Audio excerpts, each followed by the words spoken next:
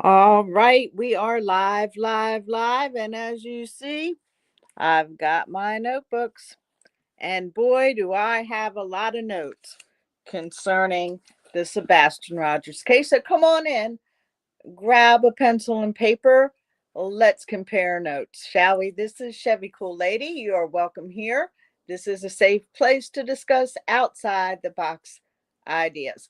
I do want to extend to you that all opinions are strictly my own, and we are not a judge and jury, and we don't try to convict anybody here. What we are doing is spreading awareness for Sebastian, a missing 15-year-old boy who allegedly disappeared into thin air 9 months ago. So it's time for Sebastian to come home. His birthday's right around the corner, and we care. Come on in, come on in. We're talking first about Sebastian. We're sharing some notes. I'm going to go over some interesting questions that I myself have. Feel free to share any answers or questions that you might have yourself. Welcome in. My name's Chevy Cool Lady, and this is a safe place to discuss true crime and ideas. Questions about Sebastian. Okay. Now, here's a few updates. Sebastian was last seen on, I believe it was February 25th. Apparently, it has been confirmed that there is some type of video evidence stating that Sebastian was at the Texas Roadhouse with his parents or mother and relative, um, possibly relatives, but the full disclosure has not come out about what that video evidence is or what it entails, as far as I know. If you've heard otherwise, let me know, please. But he was seen at Texas Roadhouse. So that is the last time he was seen. And in all honesty, we don't know if he actually made it home. And that's what's really sad, because sometime, according to his mother's report, he had been playing in his room around 9 o'clock. He came outside. I love you, mama. I love you, puppies, which was a statement that really raised a lot of red flags with experts, saying that to say I love you and good night is commonplace. You don't need to even repeat it. And to repeat it is to try to um, put a judgment that you're such a good parent or something like that.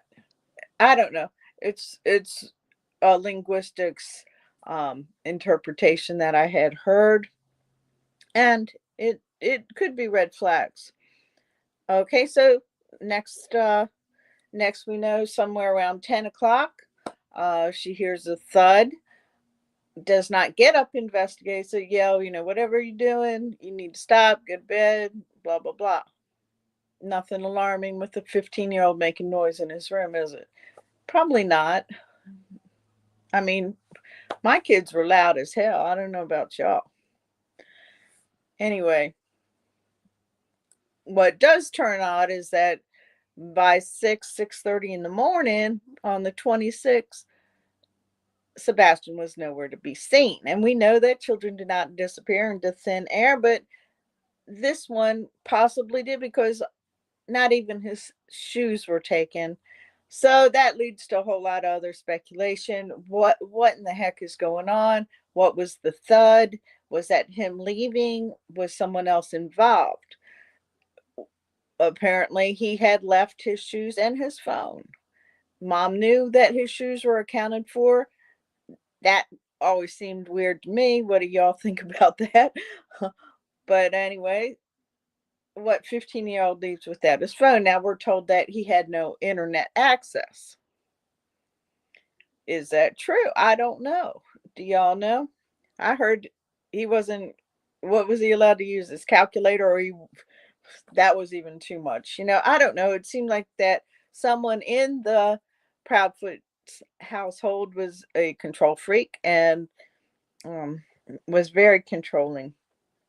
And yet, at the same time, a lot of bad things happened while he was in their care. We later found out that poor baby had been molested and possibly didn't even receive treatment. The story's cagey. Um, I'm not on anybody's particular side. I just want to spread awareness about Sebastian, y'all.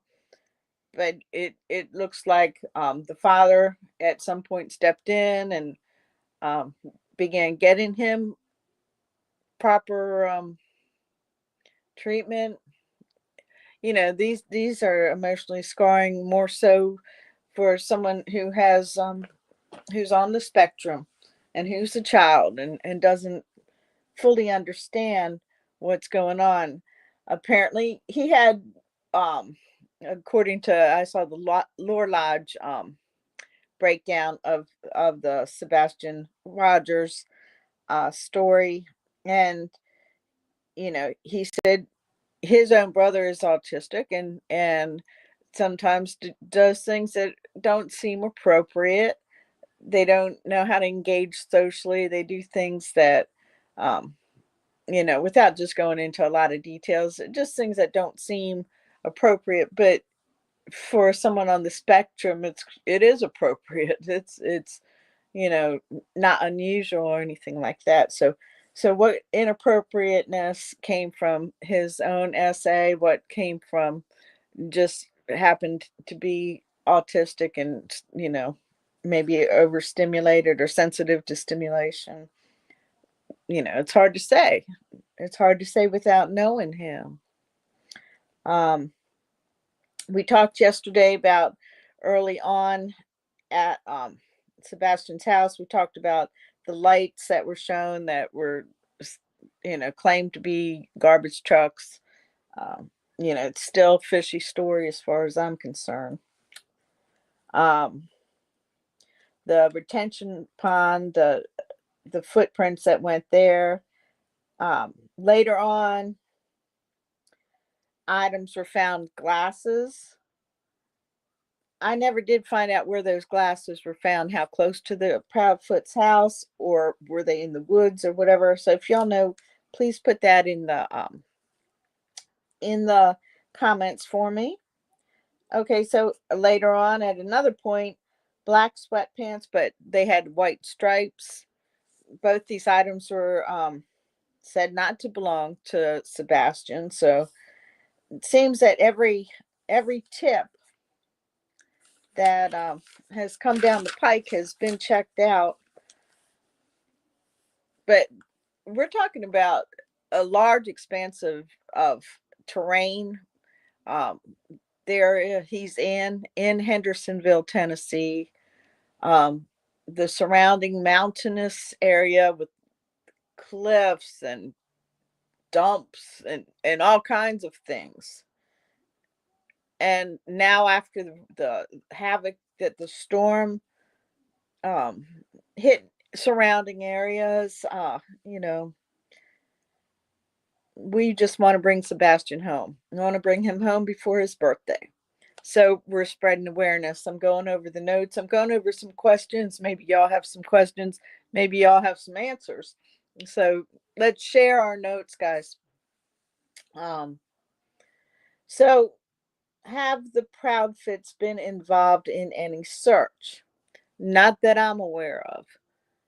Have you heard of them being involved in any search that's been conducted in these last 9 months?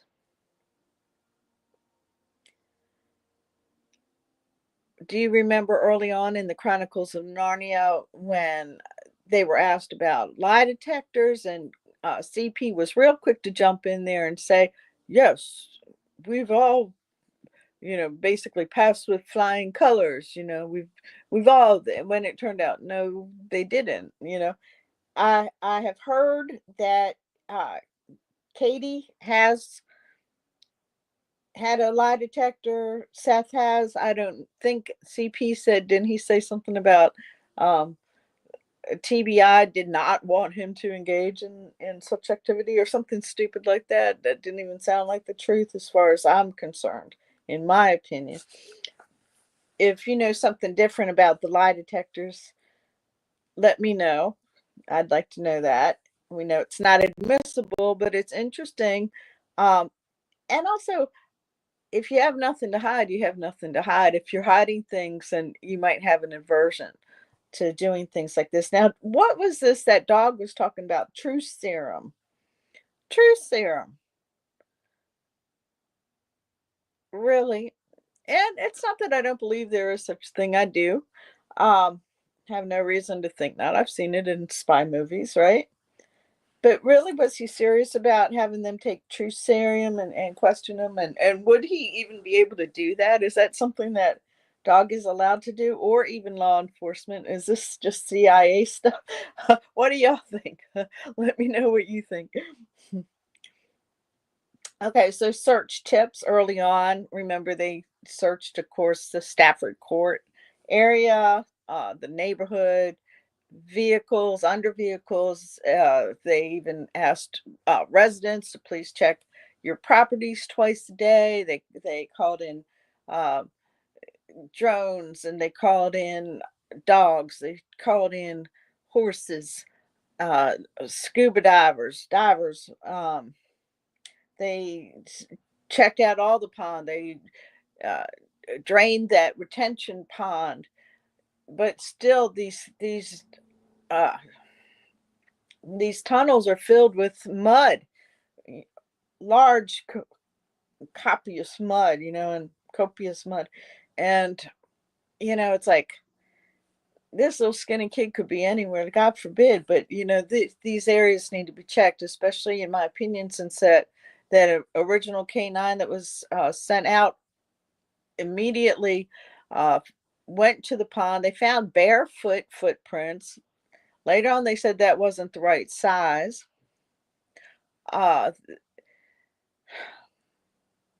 the dog went so much as to actually jump into the pond. Some people suggested that perhaps maybe he wasn't in that pond, but in a waterway nearby where the scent may have carried.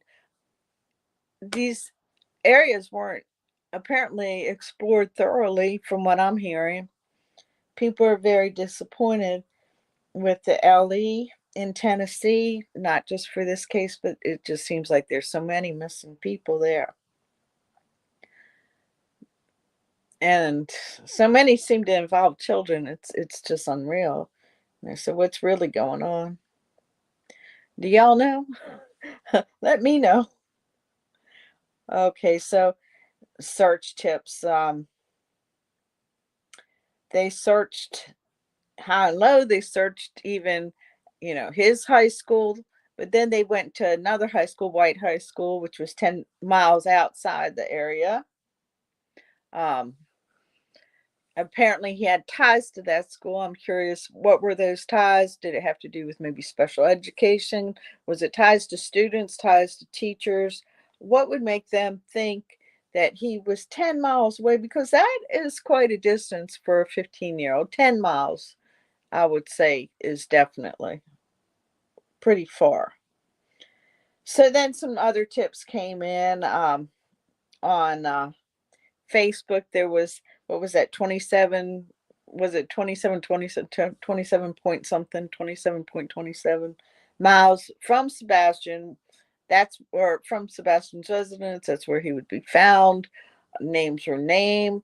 Bite marks were included in the description. The, I read the post, and True Crime Buzz, of course, did a lot on this, and very good job to her. Um, Apparently, she actually, as far as I know, is the one that turned it into the FBI, and Dog actually contacted her concerning the tips and said they were valid. I've seen, oh, I don't even know what to say about that particular tip. But what I did see is some people who really care a lot, like Silver's on the scene, actually go out to what he mapped out, the most likely direction that 27 point tip would have been. He went out there, and we, as far as I know, and I hope it's not out of order, just if you're, an experienced mountaineer, a hiker, a mountain climber with the appropriate um, protective gear and stuff, man, that area is so huge and rugged, and it needs it needs to be investigated, and it needs volunteers to do it, apparently, because I don't think it's getting done. But Silver's on the scene, went out there, and he found a couple interesting things. He found a phone, but the odds of that having anything to do with it probably are minuscule. But he found that and collected it and whatever else. Looked at some sites. He actually slipped, poor guy, again. It seems like every time I watch him lately, he's slipping and sliding. And we need some young, strong people out there. This old guy's showing you up, and I can say that because I'm sure I'm older than him. But God bless his heart, and God bless y'all, and anybody who's showing concern and care, who's spreading awareness. I ask y'all to please like, subscribe, and share, just to get his name out, just to spread this information to more eyes. I'll have links in the description of who to contact and everything else. And if you know something, say something. It's about time we bring him home. His birthday's around the corner, and Sebastian Wayne Drake Rogers needs to be home. He needs to be back. He needs to be found. So we saw Silver go out there and investigate some possible leads. He also went to West, yeah, that was Westmoreland, where and uh, True Crime Buzz informed me and informed us that there was also what's called a natural cemetery there, right there, where you're encased in basically biodegradable stuff so that you turn into soil probably a little faster. I don't know. Doesn't seem like there's. How would you find a body that was buried amongst bodies? Guys, that was a chilling report and very gross to think of. But you have to think of everything, don't you? You have to, ex, e- you know, exhaust all possibilities. Um, there's a lot of miles between Sebastian Rogers' home and, of course, um, Westmoreland. There's also a lot of miles between Stafford Court and St. Jude's Hospital in Memphis, Tennessee, where CP runs a crane. CP, who's self admittedly familiar with concrete, who at some point during all this redid his driveway and poured 3 inches of concrete on it. But, he made a big deal out of that. But who's to say something's not buried beneath that? Who knows? But we're talking about a guy who has access to heavy equipment and cranes and everything else. As a side note, and not to place incrimination on CP, but in my own personal experience, I was with a man who ran heavy equipment, and he threatened to bury me because he was a narcissistic, coercively controlling person, and he threatened me with that type of thing, and he had the ability to hide me where I would not be found. And all I can say is same for him. He has within his knowledge and actual capability what it would take. And that's also a chilling thought. Um, there's been tips everywhere. I haven't heard too much about that New York tip. Have y'all heard about that? The New York tip? Um, I'm not sure about it, so I don't really have anything to add. But if y'all know anything, please put it in the comments. and I would look into it also. We do know that there was a particular tip considered by the FBI and dog to be um, worthy. If it's been investigated yet by them, I do not know. But that's the one in Oregon at Ford Pond. Remember Ford Pond now? Silver again mapped it out. Silver on the scene. I suggest y'all take a look at this one. This video actually he found a what is it called, KOA, or the RV park. RVs have been mentioned throughout this whole story. Um,